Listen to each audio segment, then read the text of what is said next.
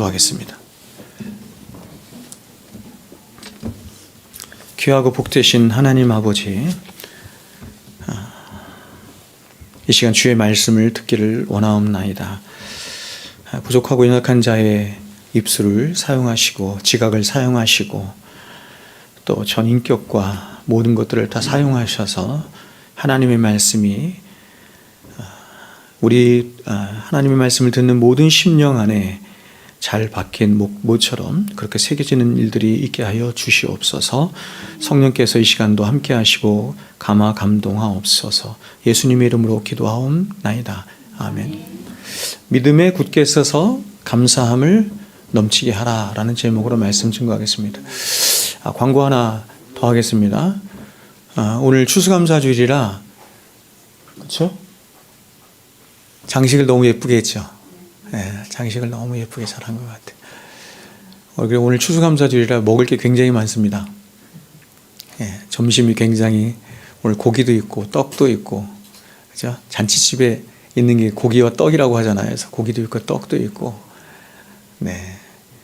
그래서 오늘 제 아내는 막 새벽부터 와가지고 준비하고 막 그랬는데, 여러분 오늘 맛있는 식사 꼭 하고 가시기 바랍니다. 믿음에 굳게 서서 감사함을 넘치게 하라라는 제목으로 말씀 전하겠습니다. 자, 오늘 우리가 함께 보고 있는 이 골로새서의 말씀은 에빌골빌 이렇게 하죠. 에빌골빌. 그래서 에베소, 빌립보, 골로새 그리고 빌레몬서까지 이것을 옥중서신 이렇게 말하는데, 이런 옥중서신 중에서 이 골로새서의 말씀은 어느 한 특정한 인물에 관하여 아주 풍성하게 말씀을 전하고 있는 말씀이에요. 그분이 누구냐면 예수 그리스도입니다. 그래서 예수 그리스도를 다루는 신학적인 학문을 기독론 이렇게 말해요. 기독론 이렇게 말해요. 기독이라고 하는 말이 그리스도라고 하는 말을 한자로 음역한 것입니다. 그것이 기독이라는 말이에요. 그러니까 기독교라는 말은 어떤 말이에요? 그리스도교 이런 뜻입니다. 그리스도교 이런 뜻입니다.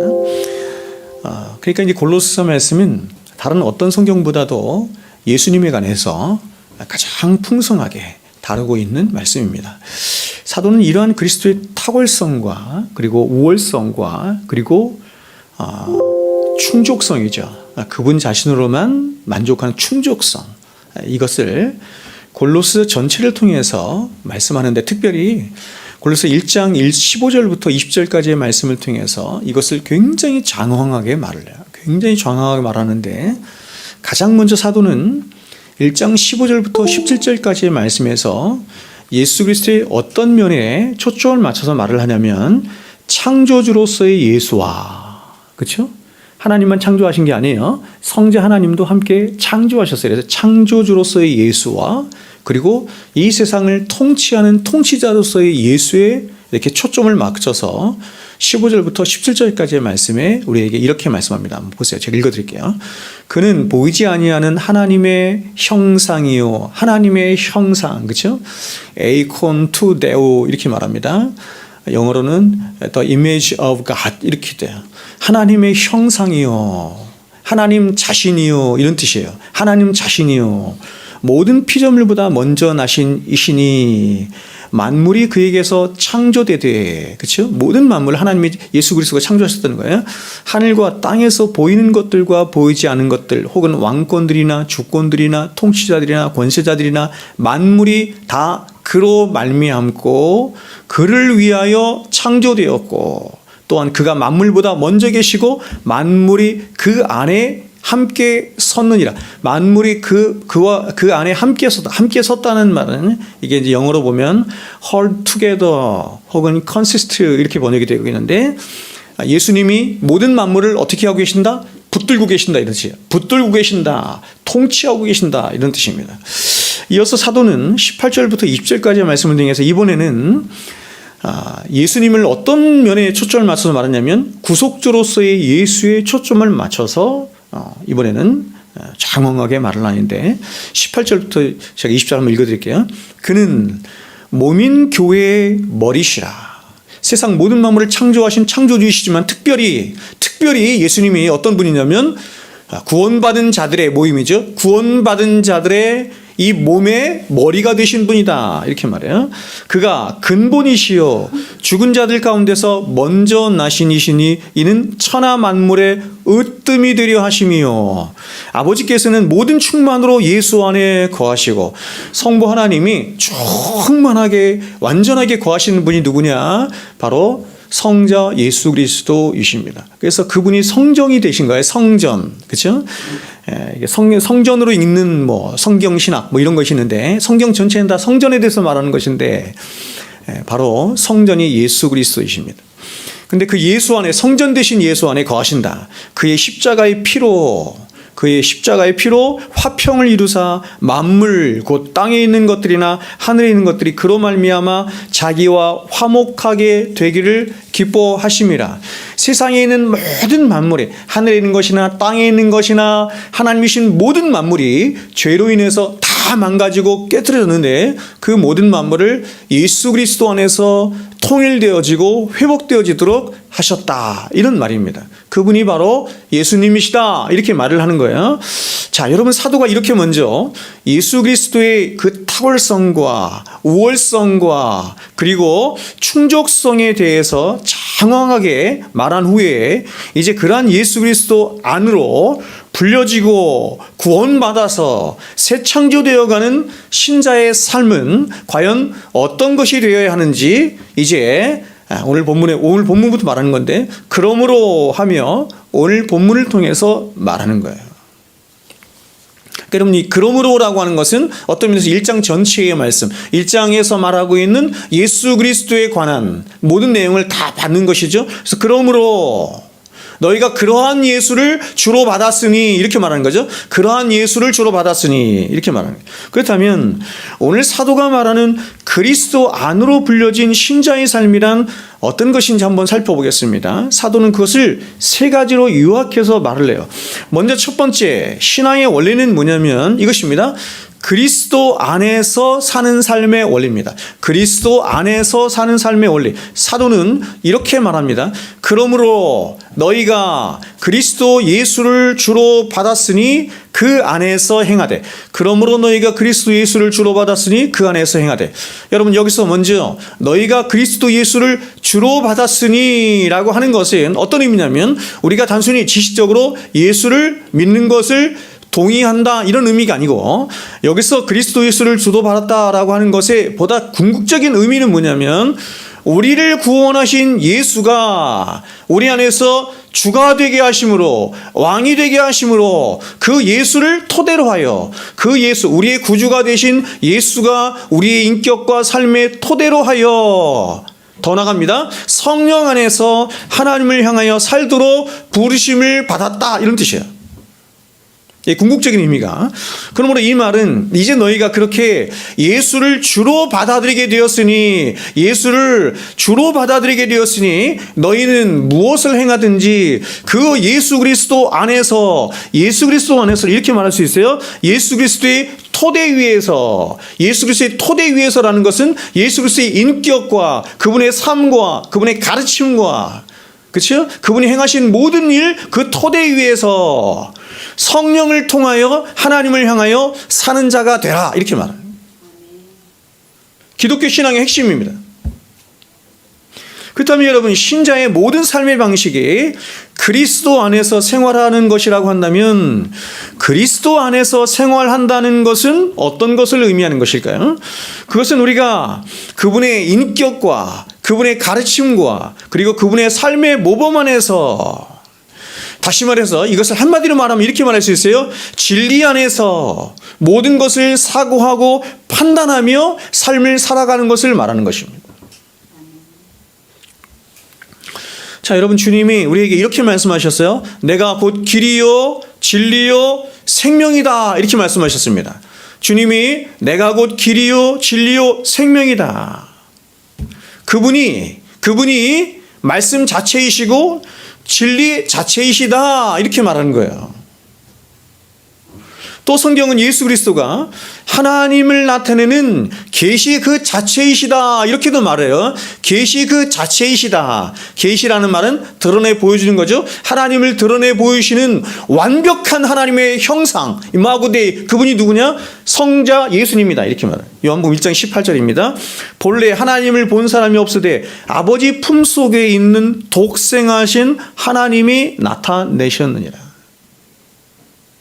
이는 그쵸 빌립보서는 이렇게 말해. 이는 근본 하나님의 본체시나 하나님의 본체시나 하나님 자신이시나 누가요? 예수님이. 히브리서 1장 3절에서도 그 본체의 형상이시라. 그 본체의 형상이시라.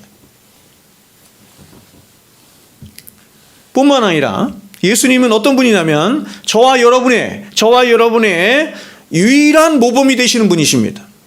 신앙과 삶의 유일한 모범이 되신 분 예수님이세요. 그러므로 진리 자체이신 예수님의 말씀 한마디 한마디 그리고 행동 하나하나는 그리고 그분의 모든 성품과 인격은 바로 우리의 구원을 위한 궁극적인 토대가 되는 거예요.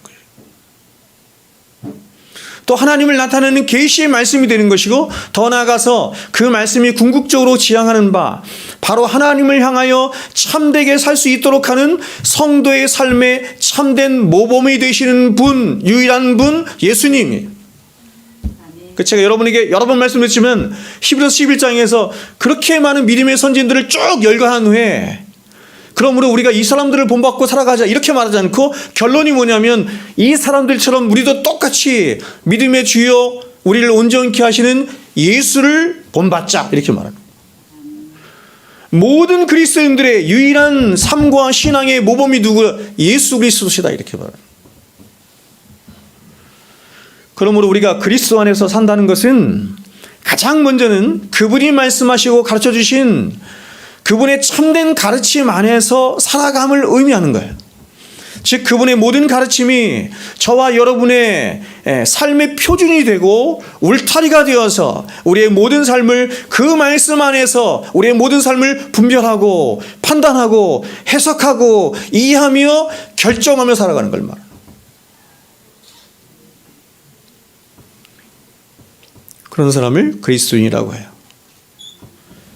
여기서 더 나아가서 그분이 진리 그 자체이시자 저와 여러분의 삶의 유일한 모범이 되심으로 그러한 그분의 삶의 모범 33년간 이 땅에서 사신 그분의 삶의 모범을 따라서 우리 또한 그분의 뒤를 따라 살아감을 의미하는 거예요. 그래서 성도가 이 땅에서 지향해야 할 가장 아름답고 모범된 삶, 선한 삶이라는 것은 뭐냐면 다른 게 아니라 바로 예수님이 지상에서 사셨던 그 삶의 모습이에요.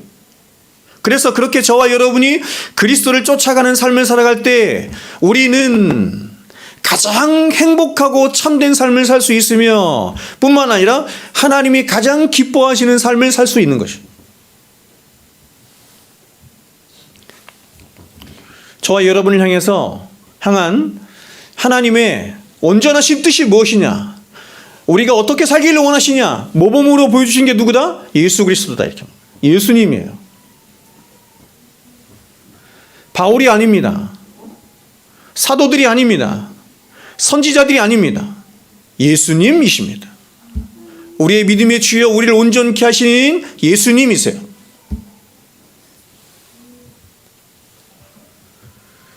여러분과 가톨릭이 잘못하는 것이 그런 것인데 여러분과 하나님 사이에 중보는 오직 한 분 예수님이세요. 다른 누군가를 중보자로 세워놓거나 따라가는 것은 죄입니다. 가톨릭이 보면 가장 큰 죄죠. 그러므로 성도의 가장 중요한 의무 중에 하나는 바로 우리의 믿음의 주가 되시고 또한 우리를 온전케 하시는 이인 그 예수를 바라보고 예수를 생각하고 예수를 배우고 예수를 날마다 묵상하는 거예요. 모든 보화가 예수 안에 다 담겨 있어요. 기독교는 굉장히 독특한데 하나님이 예수라고 하는 한 인격체 안에 모든 비밀과 모든 진리와 모든 복과 영광을 예수 안에만 담아주셨어요. 다른 데는 없어요. 그래서 우리는 과연 예수님이 어떤 분이신가, 또한 예수님이 어떤 일을 행하셨는가, 또한 예수님은 어떤 삶을 사셨으며 예수 그리스도 그분을 그렇게 날마다 묵상하고 생각하며 바라보며 살아가야 돼요. 아침에도 보고 점심에도 보고 밥 먹으면서도 보고 회사에서 일하면서도 그분을 묵상하고 생각하고 날마다. 그래서 히브리서 기자는 저와 여러분을 향해서 이렇게 권면한 것입니다. 히브리서 3장 1절에 그러므로 함께 하늘의 부르심을 받은 거룩한 형제들아, 여러분을 향해서 말하는 거죠. 그러므로 함께 하늘의 부르심을 받은 거룩한 형제들아, 우리의 믿는 도리의 사도이시며, 사도시라고 말하네요. 예수 그리스도 그분이 사도래요. 사도는 보냄을 받았다는 뜻이에요. 누구로부터 보냄을 받았어요? 하나님으로부터. 사도이시며 대제사장이신 대제사장, 하나님과 우리 사이를 유일하게 연결할 수 있는 유일하신 중보자 제사장이신 예수를 깊이 생각하라. 예수를 깊이 생각하라. 두 번째로 오늘 사도가 말하는 그리스도인의 삶의 원리는 바로 그리스도 안에 뿌리를 내려 그 안에서, 그 예수 안에서 자라고 성숙하여 가는 것입니다. 어디 안에서요? 예수 안에서. 다른 것을 통해서, 다른 것을 토대로 자라가면 안 되고 예수 안에서, 예수 안에 뿌리를 내려서 그 예수 안에서 자라고 성숙하여 가는. 그래서 사도는 그 안에서 행하되 그 안에 뿌리를 박으며 세움을 입어 교훈을 받은 대로 믿음에 굳게 서서, 이렇게 말한 거예요. 그러므로 결국 그리스도 안에서의 성숙이라고 하는 것은 바로 그리스도 안에 뿌리를 박고 그 안에서 세움을 입는 것을 말하는 것입니다. 그렇다면 여기서 뿌리를 박는다는 것은 어떤 의미일까요? 뿌리를 박는다. 자, 여러분 나무를 한번 생각해 보세요. 여러분 일반적으로 나무는 자신의 키에, 그렇죠? 자신의 키에 비례한 뿌리의 크기 또한 가지고 있습니다. 그래서 그 나무가 얼마나 견실한가, 그 나무가 얼마나 건강하고 견실하며 튼튼한가 하는 것은 뭐에 의해서 결정이 난다? 뿌리에 의해서 결정이 나요. 기독교 신앙의 뿌리가 뭐냐? 성경이에요.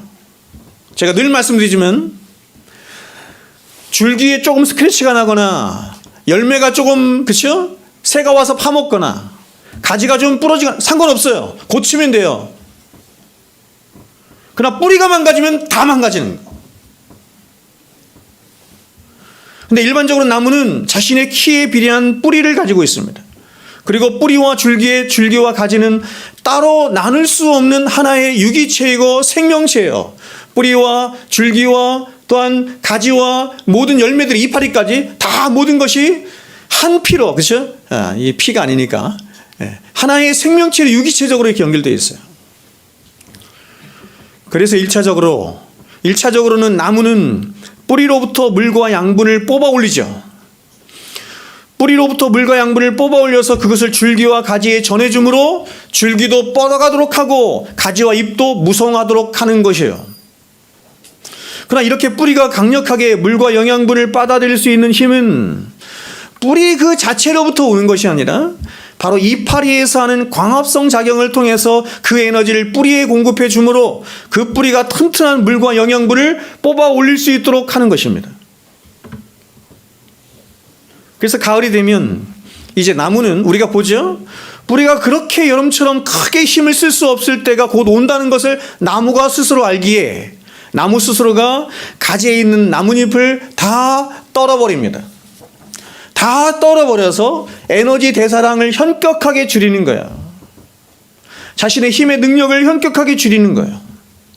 이렇듯 여러분 나무의 뿌리와 줄기와 가지와 이파리는 결코 분리될 수 없는 하나의 생명체입니다. 그러므로 여러분 여기서 뿌리를 박는다라고 하는 것은 결국 나무 전체를 지탱하고 튼튼하게 하기 위한 유기체적 현상, 생명 현상으로서의 뿌리를 내린다라고 하는 것을 의미하는 것입니다. 그래서 우리는 이렇게 나무의 뿌리가 견고하고 깊이 내려져 있는 상태를 볼 때 우리는 저 나무는 견고하게 서 있구나, 저 나무는 건강하구나, 이렇게 말합니다. 그렇다면 여러분 한 사람의 신앙이 이렇게 그리스도 안에 뿌리를 깊이 내림으로써 비로소 견고해지는 일이 있다고 한다면 과연 그 견고함이란 무엇이 견고해지는 것을 말하는 걸까요? 우리는 뿌리를 깊이 내려서 그리스도 안에 뿌리를 깊이 내려서 우리의 신앙이 견고해져야 돼요. 그럼 무엇이 견고해집니까? 두 가지 정도로 말할 수 있습니다.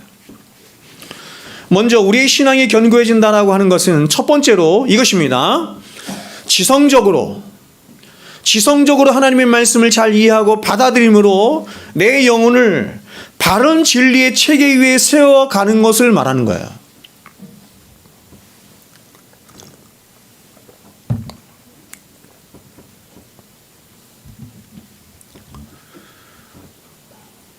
무지성적인 신앙은 굉장히 위험한 신앙이에요.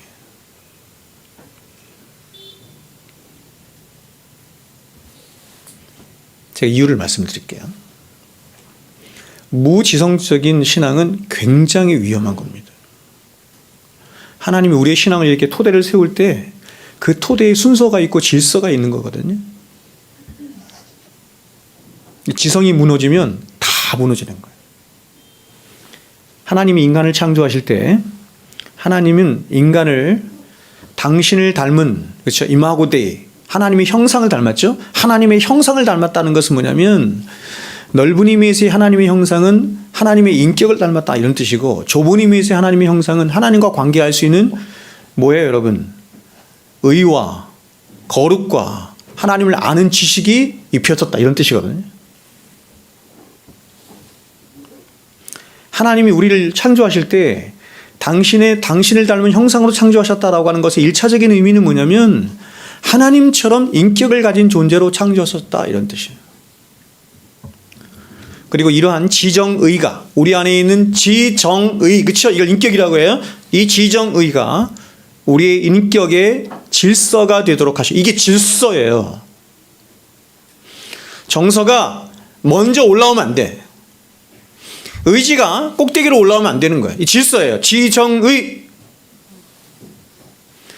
그러므로 하나님은 이러한 인격의 질서를 따라서 가장 먼저 우리의 지성이 진리의 말씀을 가장 먼저 잘 받아들이고 분별함으로 진리 위에 견고하게 설 때 신앙과 삶이 바르게 되도록 가장 1차적으로 그렇게 하신 거예요. 그래서 그렇게 진리 위에 선 지성으로 이번에는 다시 우리의 정서와 우리의 의지에 뭐가요? 지성 안에 있는 진리가 명령을 내리는 거죠. 명령을 내림으로 비로소 우리의 전인격이 이번에는 용기를 갖고 의지를 가지고 그 말씀을 따라 순종하며 살아갈 수 있는 성도들이 되도록 하신 것입니다. 그러니까 여러분, 우리 안에 있는 정서도 우리에 있는 의지도 뭐의 통제를 받아요? 뭐의 명령을 받아요? 지성의 통제를 받는 거예요.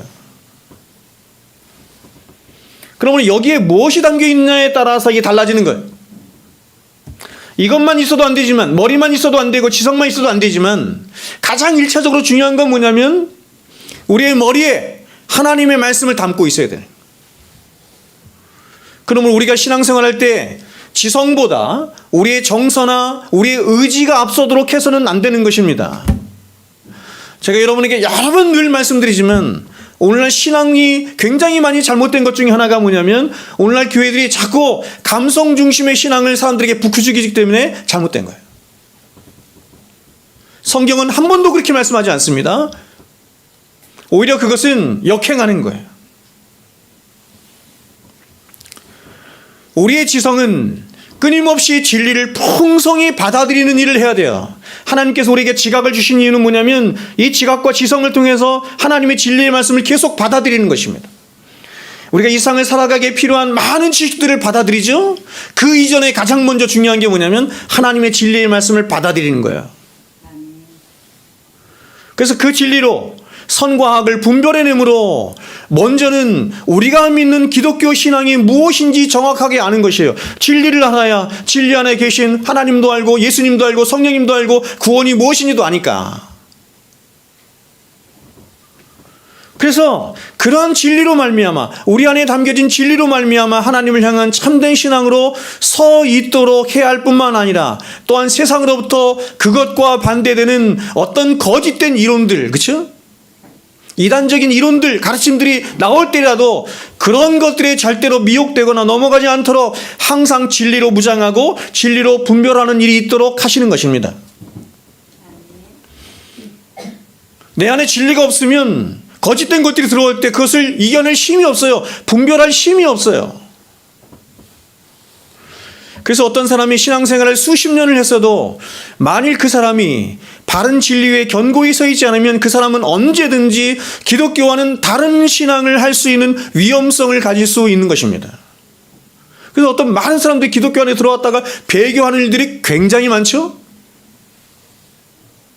특별히 지성을 무시하는 그런 교단들이 있어요. 지성을 무시하는 성령 사역이나 이런 사역에 굉장히 치우친 그런 교단들이 이렇게 배교하는 일이 다른 종교로 가는 혹은 배교하는 비율이 압도적으로 높습니다.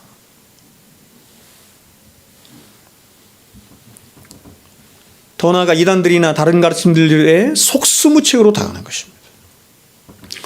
그래서 오늘날 어떤 사람들은 수십 년간 교회를 다니고 은혜를 받고 많은 주의 일을 교회 안에서 했음에도 불구하고 신천지와 같은 이단의 속수무책으로 넘어가는 이유가 바로 여기 있어요. 진리가 없기 때문이에요. 진리가 없다는 것은 이런 뜻이에요. 내가 믿는 바가 뭔지도 모른다는 거예요.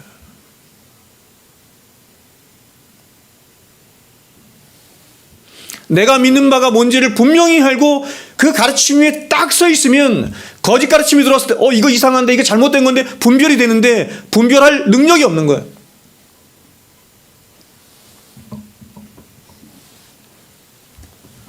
하와가 타락할 때도 거짓 가르침이 사탄을 통해서 들어올 때 하와가 제일 먼저 했어야 할 일은 뭐냐면 하나님이 주신 진리로 그것을 분별하고 그것을 처리해야 하는 거예요.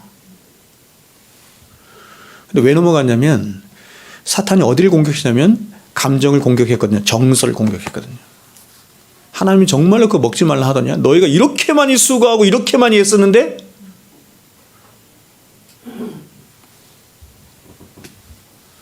사랑이 풍성하신 하나님을 인색하신 하나님으로 정서를 무너뜨린 거예요. 정서가 무너지자 다 무너지는 거죠. 여러분 신천지 측에 의하면 제가 지금 찾아봤어요. 신천지 측에 의하면 지금 현재 개신교에서 신천지로 넘어간 목사들만 대략 6천 명이래요. 여러분 같은 일반적인 성도들을 말하는 것이 아니라 저와 같은 목사가 넘어간 사람 6천 명. 그리고 신천지와 MOU를 맺고 신천지로 간판을 바꾼 교회들 747개. 기가 막힌 노릇 아닙니까? 제가 예전에 대구에선가요? 신천지가 크게 한번 집회한 적 있죠? 잘 모르세요? 그 무슨 경기장을 빌려가지고 수만 명이 모여가지고 한 적이 있어요. 그때 카드 섹션 비슷하게 뭘 하면서 그들의 교리를 쭉 제가 봤거든요. 인터넷으로. 저는 금세 알겠더만. 그 사람들의 교리가 무엇이 잘못됐는지, 무엇이 진리에서 멀어진 것인지, 왜곡된 것인지 분명히 알겠더라고요. 근데 그게 뭔지를 모르는 거예요. 내게 뭔지를 모르니까 그런 거짓된 가르침들을 돌았을 때 말씀의 뿌리가 썩어 있거나 견고하지 못하기 때문에 분별 못하는 거야. 누구조차도, 목사들조차도.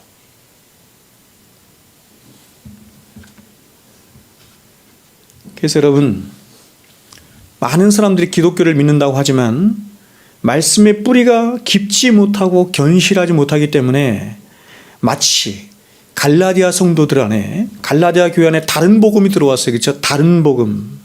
이 다른 복음을 분별해낼 재간이 없는 거예요. 사도가 갈라디아 성도들을 엄히 책망하면서 그렇죠. 야, 너희가 그렇게 다른 복음을 쉽게 받아들인다니 참으로 놀랍구나. 이렇게 약간 비꼬는 말이죠. 자, 이제 두 번째로 우리가 예수 안에 뿌리를 깊이 내려 견고해진다라고 하는 것은 바로 우리의 신앙이 성향적으로 거룩한 성향이 견고해지는 것을 말하는 것입니다. 이것을 다른 말로 하면 여러분 안에 거룩한 신앙의 성향, 다른 말로 거룩한 신앙의 습관들이 여러분 안에 이렇게 자리를 잡는 건데, 어떻게 잘 잡냐면 성향으로 자리를 잡는 거야. disposition. 이래서 주님은 이렇게 말씀하셨어요. 누가복음 6장 45절에 선한 사람은 마음에 쌓은 선에서 선을 내고 악한 사람은 쌓은 악에서 악을 내나니 마음에 가득한 것을 입으로 말함이라. 그 사람의 마음의 기울기가, 디스포지션이, 성향이 어떤 것이냐에 따라서 그것을 입으로 말한다, 이렇게 말하는 거죠. 우리 안에 무엇을 담고 있느냐에 따라서, 많이 담고 있느냐에 따라서 그것이 우리의 삶의 성향을 만들고 습관을 만들어서 그 성향을 따라서 우리 안에 계신 성령께서 때로는 그 성향의 기회를 타서 우리 안에 있는 그 거룩한 성향과 함께 쉽게 성령께서 역사하기도 하시지만, 그러니까 성령 우리와 협력하시잖아요. 때로는 반대로 이번에는 죄가 기회를 타요. 성령도 기회를 타. 근데 죄도 기회를 타는데, 죄가 기회를 타서 우리 안에 있는 죄된 성향과 함께 역사함으로 우리로 하여금 같은 죄를 계속해서 반복해서 짓도록 한다, 이런 뜻이에요. 그래서 같은 죄를 여러 번 범한 사람이 교도소에 가서 거기서 예수를 믿고 목사까지 되었어도 사회에 나와서 또다시 그 죄를 반복해서 다시 넘어지는 이유가 바로 그 사람 안에 지난날에 여러 번 같은 죄를 범함으로 굳어진 죄의 성향이 있기 때문이에요. 새겨지는 거거든요. 마찬가지로 저와 여러분이 예수 그리스도를 닮은 거룩한 신앙인이 되는 것은 우리가 어느 날 예수 믿고 하루아침에 개과천선해서 되는 것이 아니라 오랜 시간에 걸친 말씀과 기도의 삶과 그리고 자기 부인의 삶과 성령을 쫓아 행하는 삶을 통해서 그런 거룩한 것이 성향으로 있게 되는 거예요. 그렇게 거룩한 성향으로 우리 안에 자리를 잡게 될 때 우리의 신앙이 점점 성숙해져 가는 것이죠. 성령께서 우리 안에 새겨진 거룩한 성향을 가지고 그것을 수단 삼아서 역사하시는 것입니다.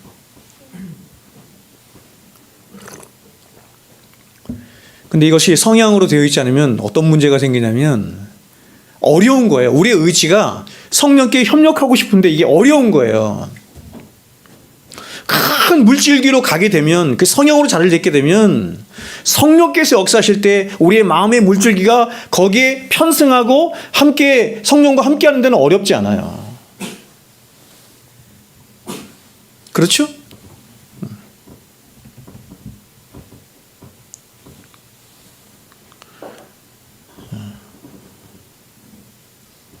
그래서 제가 물어볼까요? 자, 보세요. 저보다 우리 교회에서 새벽 기도를 더 잘하시는 분들이 있어요. 그 중에서 가장 대표가 우리 김민우 주사님인데, 새벽 기도 나오는 거 힘들어요, 안 힘들어요? 안 힘들어요. 왜냐하면 거룩한 성향이 뿌리를 내렸기 때문이에요. 어렵지 않아요.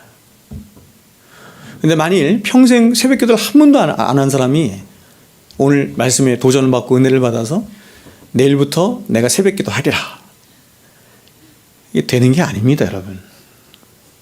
그럼 온 몸이라는 건 뭐냐면 온 몸에 새겨진 거룩과 반대되는 몸을 위한 죄된 성향이 악을 쓰는 거예요. 악을. 나 못해, 이렇게. 내 마음은, 내 생각은 새벽 기도 가야 돼, 그런데 못하는 거예요. 그래서 거기까지 가기가 굉장히 어려운 거예요. 그러면 여러분, 오늘 사도가 뿌리를 박으며 라고 하는 것은 선하고 좋은 일을 행하는 것이 우리의 삶의 성향이 되고, 반대로 나쁜 일, 불순종의 일, 죄악된 일은 우리 안에서 뿌리가 뽑혀지도록 해서 선한 일을 위하여 창조함을 받은 그 창조의 목적대로 저와 여러분의 이 삶의 습관이 경건한 삶의 습관으로 굳어져 가는 것을 말하는 거예요.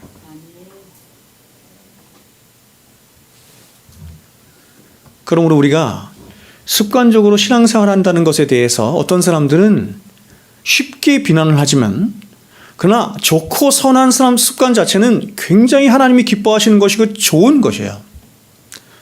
예를 들어서 이렇게 주일날만 되면 나는 세상 없어도 무슨 일이 있어도 교회에 간다라고 하는 것은 굉장히 좋은 성향이죠. 아침에 일어나서 가장 먼저, 아침에 눈을 뜨자마자 가장 먼저 생각나는 게 성경을 펴서 읽는 것이고 기도로 시작하는 것이 아주 좋은 경건의 습관이죠.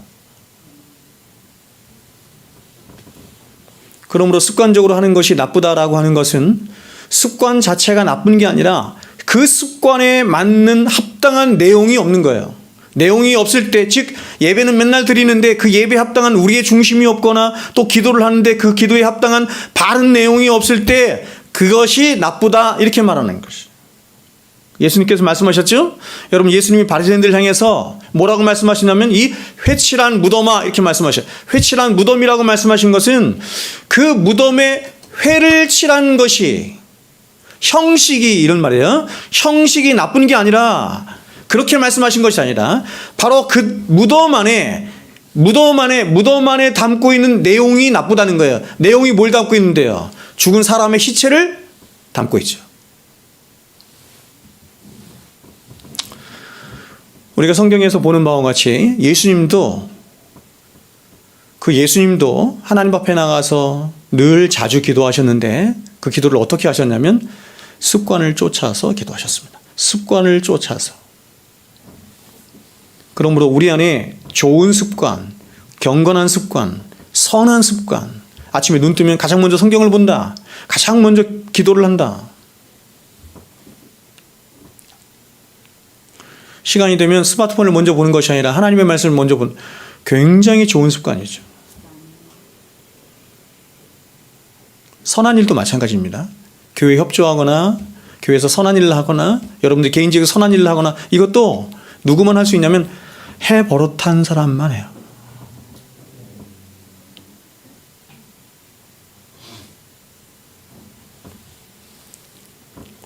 이제 사도는 이러한 그리스도 안에 뿌리를 박은 삶을 이야기하면서 이제 마지막입니다. 마지막 결론으로 이렇게 말씀을 마무리해요. 7절 하반절에 보시면 믿음에 굳게 서서 감사함을 넘치게 하라. 사도는 너희가 그리스도 안에 있다고 한다면 이제는 너희가 그 믿음 안에 굳게 서서 감사함이 넘치는 삶을 살아라, 이렇게 말하는 것이에요. 그러므로 결국 오늘 사도가 말하는 성숙한 그리스도인이라고 하는 삶의 모습은 뭐냐면 그리스도 안에 뿌리를 박고 사는 삶이자 첫 번째는, 두 번째는 뭐냐면 그로 말미암아 점점 진리의 터가 그 사람의 인격 안에 굳어지는 것을 말하는 것이며, 그래서 그로 인해서 그 진리로 말미암아서 감사가 넘치는 삶이에요. 여러분, 우리 안에 진리가 있으면 감사하게 될까요? 하지 않게 될까요? 우리 안에 진리가 풍성히 역사하는데 감사하지 않는 삶을 산다는 것은 불가능한 것이에요. 그렇다면 여러분, 사도는 그리스도 안에 살아가는 저와 여러분이 감사할 것이 과연 무엇이라고 말하고 있습니까? 그것은 이렇습니다. 가장 먼저 우리가 이렇습니다. 그리스도 안에 있다고 하는 것 자체가, 그리스도 안에 있다고 하는 것 자체가 무한히 감사해야 할 놀라운 조건이 된다, 이렇게 말하는 것입니다. 쉽게 말하면 저와 여러분이 나의 나된 것, 이렇게 표현하죠. 사도가 나의 나된 것, 저와 여러분이 하나님의 자녀가 되고 하나님의 백성이 된 것 그 자체가, 그 정체성, 그 신분 자체가 무한히 하나님 앞에 감사하고 고마워하고 그래서 그 하나님을 높이고 찬양할 수 있는 기도 제목이 된다. 감사의 제목이 되네.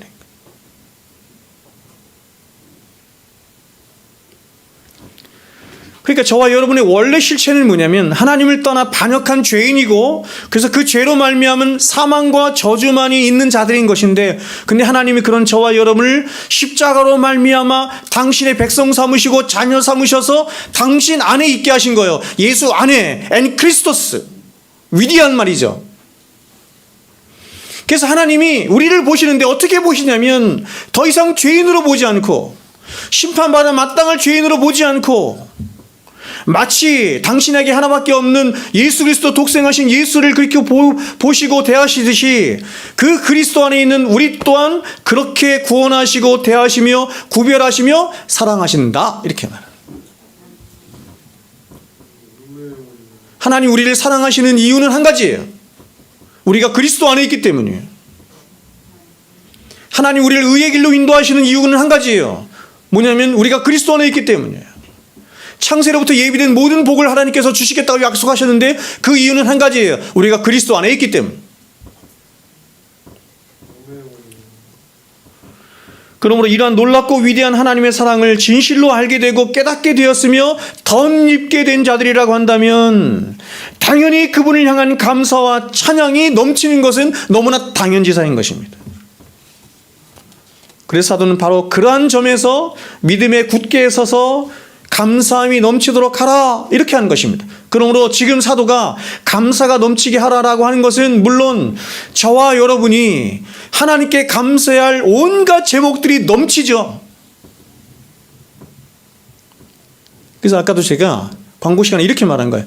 2024년 우리와 함께 하신, 우리를 도우시고 우리에게 복 주시고 얼마나 많습니까? 감사할 제목들이. 그러나 그 모든 것에 앞서서, 그 모든 감사할 제목들에 앞서서, 그 모든 이유들에 앞서서 가장 근본적으로 저와 여러분이 감사해야 할 제목은 뭐냐면 그분이 나의 하나님이시라는 거예요. 그분이 나의 아버지가 되셨다는 거예요. 그분이 나의 목자가 되셨다는 거예요. 그래서 나는 그분의 자녀가 되었고 그분의 신부가 되었고 그분의 백성이 되었다는 그 자체만으로 우리는 만입이 내게 있어도 그분을 찬양하고 감사해야 할 것들이 모자라는 것입니다. 예? 여러분이 과연 하나님이 어떤 분이신지를 안다면, 여러분이 하나님의 백성이 되었다는 그 사실이 어떤 것인지를 진정으로 100만 분지 1만이라도 안다면,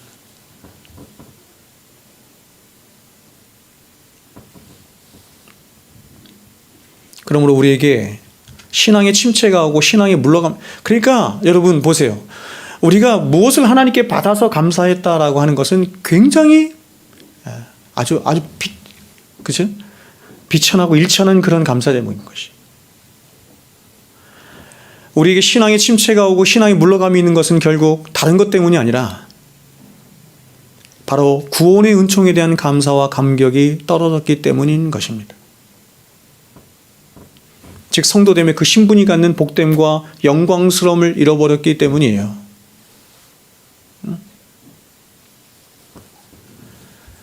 제가 예전에도 몇 번 말씀드렸지만 그 예전에 그 수원에 계신 집사님 아시죠? 수양이 갔던 그 집사님. 그 셋째 아들이 천지잖아요. 천지거든요. 항상 100점. 모든 거 다 100점. 근데 걔가 죽었잖아요. 병으로. 근데 갔는데 초상집이 아니야.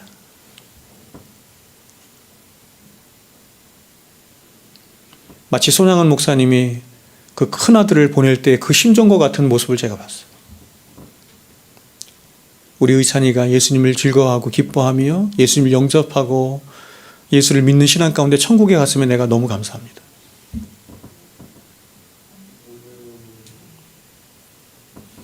그러면서 하는 말이 뭐냐면, 목사님, 그 여집사님이 저에게 하신 말씀이에요. 목사님, 어떻게 제가 성도라 불릴 수 있을까요? 성도라는 이 말 한마디에 이분은 늘 감격하고 기뻐하며 하나님 앞에 감사와 찬양의 삶을 사는 거예요. 성도라는 말 한마디. 여러분, 성도라는 말이 얼마나 위대한 말인지 아십니까? 목사, 장로, 집사 이런 거는 아무것도 아니에요. 제가 하나님 앞에 가면 요 목사 이렇게 부를까요? 아닙니다. 저와 여러분의 구원의 복됨에 그 영광에 목사라는 것은 하나도 보탬이 안 돼요. 하나님이 저와 여러분을 향해서 부르신 최고의 영광스러운 신분의 복됨은 뭐냐면 성도라 부르신 것입니다. 성도.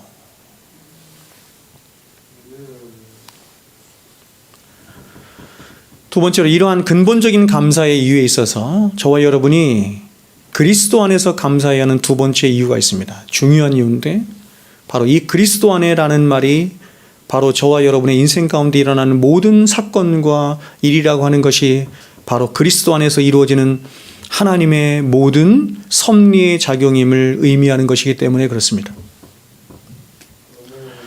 여러분, 섭리는 정말 놀랍고 위대하며 신비스러운 하나님의 일입니다. 이 섭리는 오직 하나님만이 하실 수 있는, 하나님이시기 때문에 가능한 일입니다. 이 섭리는 우리로 하여금 가장 안전하게 하고 가장 우리로 하여금 만족하게 할 수 있는 원리입니다. 그런데 이 모든 섭리의 일이 오직 예수 안에서만 이루어지고 예수 안에서만 성취되어지고 예수 안에서만 역사되어지는 것입니다. 그러면 여러분, 섭리가 무엇입니까? 먼저 넓은 의미에서의 섭리란 이런 것입니다.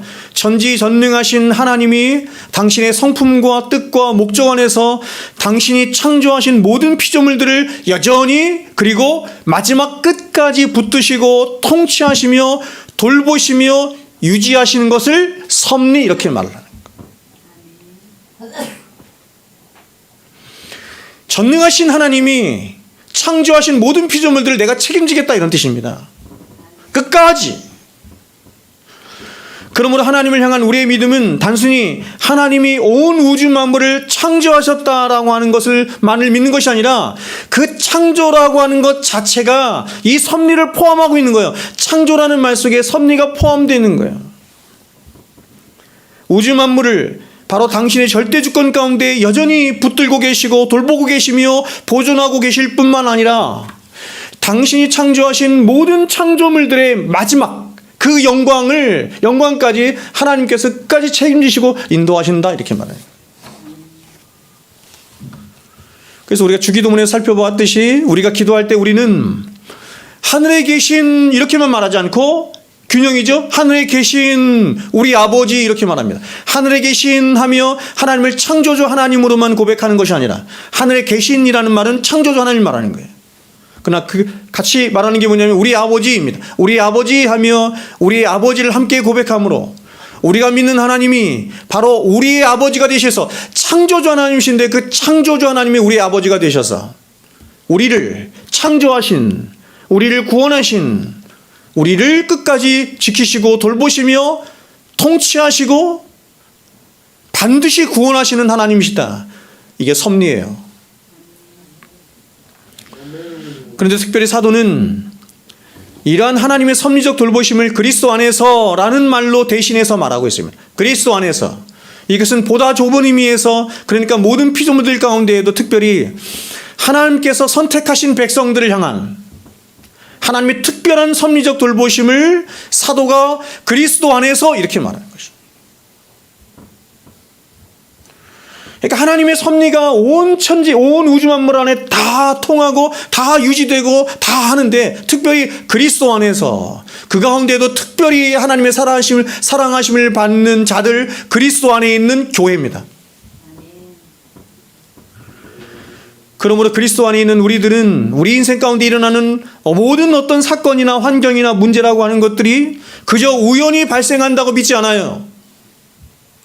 바로 완전하시고 온전하신 하나님의 그 전지전능하심과 그분의 선하신 성품과 그 사랑과 공의가 최고로 발휘되는 가운데, 그리고 무엇보다 하나님의 분명하신 목적과 뜻 안에서 우리 인생 가운데 있어지는 모든 일들이 허락되어지고 일어난다, 이렇게 말하는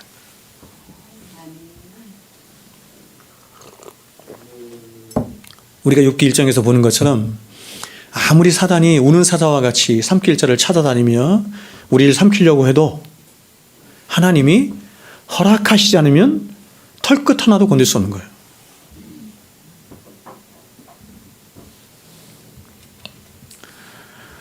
그래서 우리 눈에 보기에 너무나 기가 막히고 절망스러운 어떤 상황이라고 하는 것이 우리 앞에 펼쳐진다 할지라도 그것은 단지 우리가 이해할 수 없는 것일 뿐이지, 그 모든 것들의 실체는 바로 우리를 향하신 전지전능하신 우리 하나님의 가장 완전하시고 가장 선하신 뜻이 100% 완전히 발휘되고 있는 최고의 상태에 있는 것이라는 것입니다. 다윗이 이렇게 하나님을 향해서 고백하죠. 하나님, 욥도 그렇게 똑같이 고백하는데, 하나님, 앞을 가도 하나님이 보이시지 않고 옆을 가도 뒤를 봐도 하나님이 보이지 않고 옆을 봐도 하나님이 보이시지 않는 것 같은, 우리 인생 가운데 그런 때가 있죠. 그런 인생 속에 시편 40편에서 시인이 고개를 들어 하늘을 보는 것입니다. 아, 하늘이 열려 있구나. 하나님께서 함께 하시는구나. 그런 때라도 하나님의 그 권능과 영광과 전지전능하심과 선하신 모든 능력이 당신의 백성들을 향해서 늘 함께하고 계심을 믿는 거예요. 그게 섭리를 믿는 거예요. 나는 알 수 없지만 이런 모든 일들을 통해서 하나님은 합력하여 반드시 선을 이루실 것을 믿는 거예요. 그러므로 우리가 이러한 그리스도 안에서 발생하는 하나님의 섭리 역사를 진정으로 믿게 되면 저와 여러분의 모든 삶 가운데 있어지는 어떤 환경이나 사건이나 어려움들이라고 하는 것들은 결국 다 무엇이 되는 거냐면 저와 여러분의 새 창조의 역사죠. 새 창조의 역사, 이걸 구원이라고 그래요. 구원의 역사를 위해 필요한 모든 것을 합력하여 선을 이루시는 하나님의 선한 손길이자 섭리의 역사일 뿐인 것입니다. 우연이 없어요. 그리스도인의 삶에는 우연이 없습니다. 우리는 양 같아서 각기 제 길로 가고 구원받은 자임에도 불구하고 각기 제 길로 가기도 하고 하나님을 향해서 죄를 범하기도 하고 실수를 하기도 하고 하지만 그럼에도 불구하고 하나님은 그 모든 것들을 다 사용하셔서 합력하여 선을 이루시는 분이시다. 놀라우신 하나님이시죠. 우리 죄까지도 사용하시는. 그럼 우리가 그리스도 안에 있다라고 하는 것은 우리가 감히 상상할 수도 없는 그 하나님의 전지전능하심과 그 완전하신 능력과 선하심이 바로 그리스도 예수 안에 있는 엔 크리스토스, 그리스도 예수 안에 있는 우리와 함께하고 있음을 말하는 거예요. 그러니까 이런 하나님의 모든 능력이 우리와 함께하고 있는 이유가 뭐예요? 우리가 그리스도 안에 있기 때문에. 그러므로 이 믿음을 가진 자는 그가 어떤 환경, 어떤 처지, 어떤 사건 가운데 있든지 자신이 그리스도 안에 있음을 알아서 세상이 알 수 없는 하늘의 위로와 평강으로 우리 앞선 믿음의 선지들이 그렇게 고백했던 것처럼 그럼에도 불구하고 기뻐하고 그럼에도 불구하고 감사하고 그럼에도 불구하고 하나님을 찬양하고 그럼에도 불구하고 사람들을 사랑하며 살아가는 불사조와 같은 사람들이 되는 것입니다. 그러니까 기독교 신앙의 최고봉이 뭐냐면 그럼에도 불구하고예요. 지금 나에게 닥쳐져 있는 어떤 환경이나 사건이나 일은 그런 게 아니에요. 절대 감사할 수 없어요. 절대 하나님에게 찬양할 수 없어요. 그러나 믿는 것입니다. 그럼에도 불구하고 믿어요. 하나님이 이 모든 것들까지 다 사용하셔서 합력하여 선을 이루실 것을 믿는 거예요. 그래서 그럼에도 불구하고 나는 감사해요. 이게 억지로가 의지적으로가 아닙니다. 그렇죠? 위로부터 부어지시는 하나님의 위로와 능력이 있는 것이죠. 여러분, 감옥이라고 하는 가장 참담한 환경에서, 그것도 언제 죽을지 모르는 가장 두려운 상황에서 어떻게 사도는 빌립보 성도들 향해서 기뻐하라, 내가 다시 말하노니 항상 기뻐하라 라고 하는 말을 할 수 있을까요? 이 빌립보서 이게 4장인데 13번을 하거든요. 13번. 기뻐하라 라는 말. 세상에 그 어떤 환경보다, 그 어떤 처지보다 가장 열악하고 가장 위험하고 가장 절체절명의 상황에서 그는 세상이 할 수 없는 기쁨으로 기뻐하라, 내가 다시 말하노니 항상 기뻐하라, 이런 말을 하는 것입니다. 그것은 그가 감옥이라고 하는 환경에 있기 전에, 그리고 자신을 죽이려 하는 수많은 원수들이 자신을 둘러치고 있는 환경에 그가 있기 전에 그는 자신이 먼저 그리스도 안에 있다는 사실을 믿고 확신했기 때문입니다. 마찬가지로 여러분, 다윗은 어떻게 해서 1000만이나 둘러쳐 있는 것 같은 그런 절체절명의 상황 속에서 내가 누워 자고 깨었으니 하며 그런 절대적인 안식과 평안을 누릴 수 있는 것입니까? 시편 3편이잖아요. 시편 3편에 1000만이 나를 둘러치고 있다, 이렇게 말해요. 나를 죽이려고 하는 수많은 대적들을 영의 눈을 떠서 보는데 그 대적이 얼마나 많냐면 1000만이라고 얘기를 해요. 우리가 알고 있는 것처럼 다윗의 인생은 그야말로 어려서부터 마지막 노년이기까지 대적이 없던 적이 없어요. 그것도 어떤 대적입니까? 예? 자기 형제 자매들, 부모, 장인, 장모, 장모는 안 나오죠. 장인, 자기 백성들, 맨 마지막에 누구까지요? 자기 아들까지. 그러니 다른 건 말할 것도 없는 거예요. 1000만이 나를 둘러싸는 얘기는 뭐냐면 영안의 눈을 들어서 보니까 마귀가 온 세상을 다 사용해서 자기 주변에 있는 모든 것들을 다 사용해서 자기를 죽이려고 한다 이런 뜻입니다. 그런 것 같습니까? 근데 다윗은 어떻게 하고 있냐면 그런 상황 속에서 내가 누워 자고 깨었으니 이렇게 말을 해요. 내가 누워 자고 깨었으니.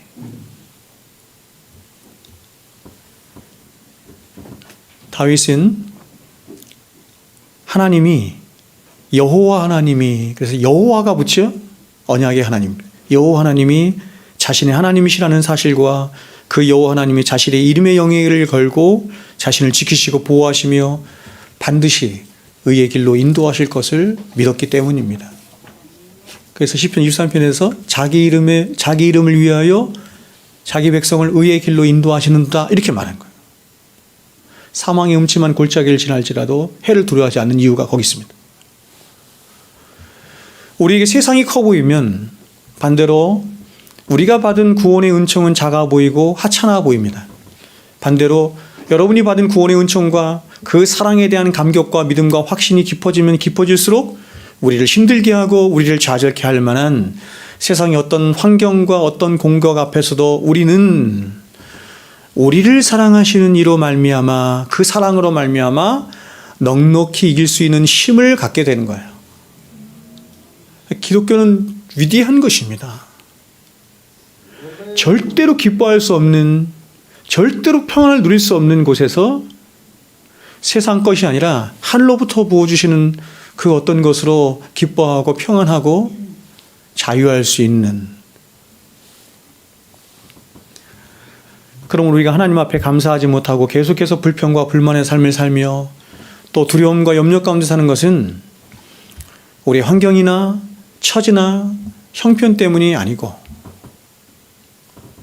바로 믿음이 없기 때문인 것입니다. 그래서 우리의 믿음의 선진들은 제가 늘 얘기하죠. 염려를, 두려움을 죄라고 말했어요. 왜요? 안 믿는 거니까. 안 믿으니까 염려가 오죠. 믿지 않으니까 두려운 거잖아요. 그걸 죄라고 말한 거예요. 우리는 이 골로새를 쓰고 있는 바울의 형편과 처지가 어떤 것인지 잘 알고 있습니다. 그는 지금 로마 지하 감옥에서 사슬에 매인 채 이 서신을 골로새 성도들에게 쓰고 있습니다. 그런데 이런 그가 이 서신의 거의 마지막에서 마지막 권고의 말씀과 함께 기도를 부탁하는데 이렇게 기도를 부탁해요. 이렇게 할 수 있을까요? 들어보세요. 골로새 4장 3절 4절. 또한 우리를 위하여 기도하되 감옥에 갇혀있는 우리를 위하여 기도하되. 저 같으면 이렇게 쓸 것입니다.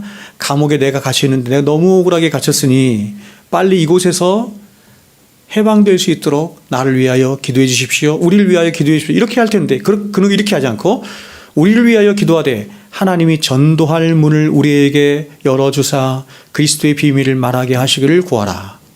내가 보세요. 위대한 말입니다. 이 일 때문에 내가 매임을 당하였노라. 이 일 때문에 여기 왔다는 것입니다. 그리하면 내가 마땅히 할 말로서 이 비밀을 나타내리라. 지금 사도는 자신이 감옥에 들어온 것이 우연이 아니라고 말하고 있습니다.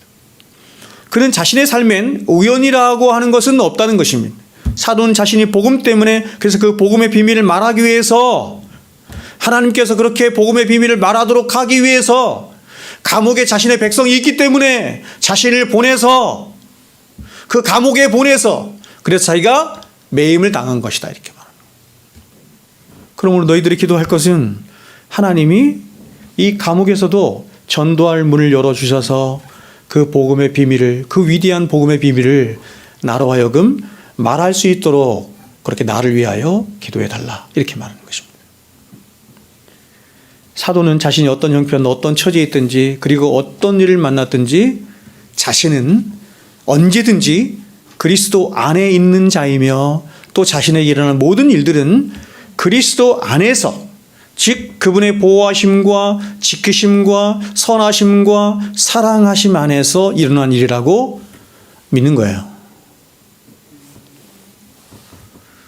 우리가 우리의 과거의 삶을 돌아보면 하나님은 좋은 것을 통해서 좋은 것을 주시기도 하지만 나빠 보이는 어떤 환경이나 사건을 통해서도 우리에게 좋은 것을 주셨다는 것을 깨닫게 됩니다. 그런데 하나님이 우리에게 진짜로 좋은 깨달음과 진짜로 좋은 것을 주실 때에는 늘 우리 눈에 나빠 보이는 어떤 사건이나 환경을 통해서 그렇게 하셨다는 것을 우리는 더욱 깨닫게 돼요. 그래서 우리는 때로 하나님이 허락하신 연단의 시간을 통해서 거룩한 신앙의 인격을 갖게 되기도 하고, 또 때로는 고난과 박해의 시간들을 통해서 인격의 연단 속에, 인내와 연단 속에 맺혀진 생명의 열매들을 맛보기도 하며, 또한 고통과 견딜 수 없는 시련 속에서 우리는 하나님의 거룩하신 성품과 그 중심을 깨닫게 되기도 하는 것입니다. 가장 좋은 거죠. 그래서 하나님을 향한 절대의존의 마음을 가지고 있던 욥은 도저히 참을 수 없는 그런 가장 어두운 인생의 시간을 지낼 때에 그는 가장 확신에 찬 믿음으로 하나님을 향해서 이렇게 고백한 것입니다. 그러나 내가 가는 길을 그가 아시나니, 내가 가는 길을 그가 아시나니, 그가 나를 단련하신 후에는 내가 순금같이 나으리라. 이야기 하나 들려드리고 오늘 말씀을 마치겠습니다. 여러분 종교개혁자 칼빈을 아실 것입니다. 칼빈. 이 칼빈 선생이 제네바에서 목회를 할 때 그는 너무나 엄격하게 목회를 한 나머지 제네바에서 쫓겨나게 됩니다. 우리가 잘 알고 있는 조나단 에드워즈도 19년 동안 자신이 목회한 교회에서 너무나 엄격하게 목회를 해서 성찬에 참여하는 문제를 가지고 교회 안에 있는 장로들과 분쟁이 일어서 그것으로 말미암아 쫓겨나게 되거든요. 칼빈도 똑같았어요. 이렇게 위대한 사람도 사람들이 알아보지 못하고 쫓아내는 일이 있었던 것입니다. 그래서 이렇게 제네바에서 쫓겨난 칼빈이 이제 스트라스부르크에서 가서 마틴 부처 밑에서 부목사처럼 일을 하며 많은 일을 하게 되고 그곳에서 부처의 소개로 결혼까지 하게 됩니다. 그런데 이런 와중에 제네바시가 혼돈 속에 빠지게 된 것입니다. 칼빈이 제네바에서 목회를 하다가 거기서 쫓겨났는데 그 제네바시가 혼돈 속에 빠지게 된 것입니다.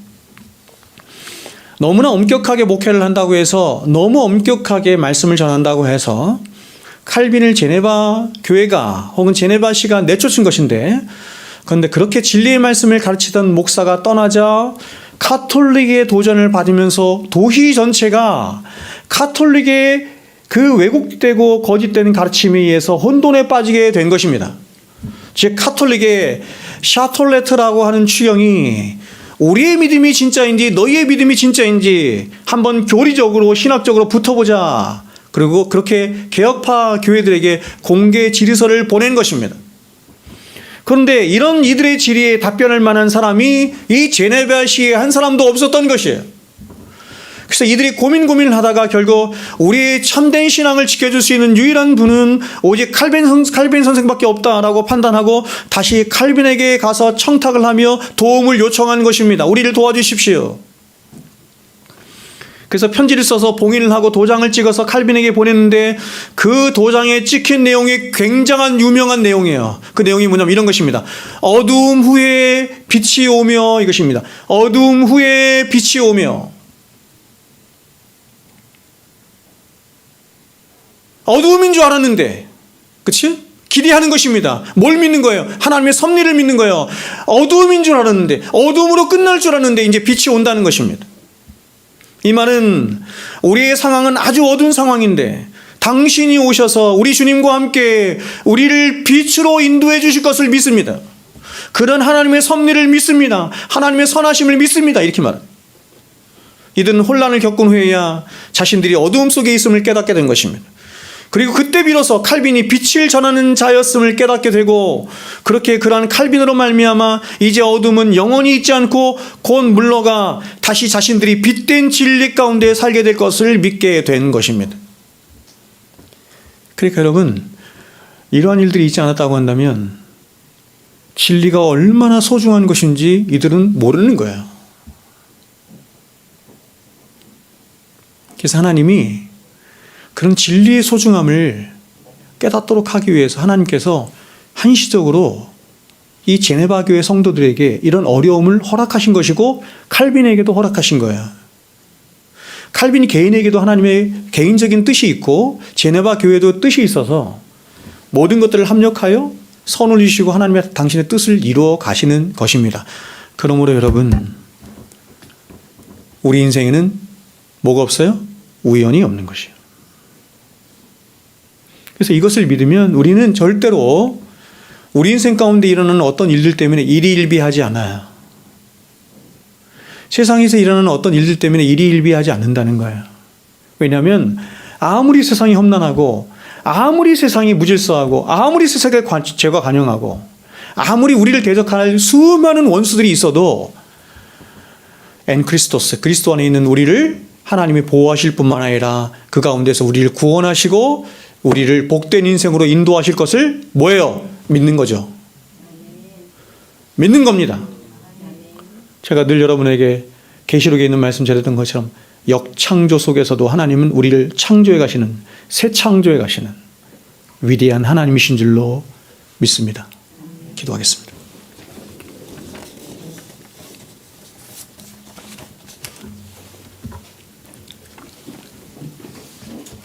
귀하신 우리 하나님 아버지, 우리가 그리스도 안에 있다는 이 사실이 얼마나 우리를 안전케 하고 우리를 기쁘게 하며 우리로 감동하게 하는지 모르겠사옵나이다. 주님, 우리 평생에 이 그리스도 안에 있음을 깨달아서 그 그리스도 안에 있음을 인하여서 하나님 앞에 감사하고 찬양하고 예배할 뿐만 아니라 그리스도 안에 있음이 모든 복됨을 우리로 하여금 실제적으로 알고 깨닫고 누릴 수 있는 그런 복이 우리 가운데 있게 하여 주시옵소서. 예수님의 이름으로 기도하옵나이다. 아멘.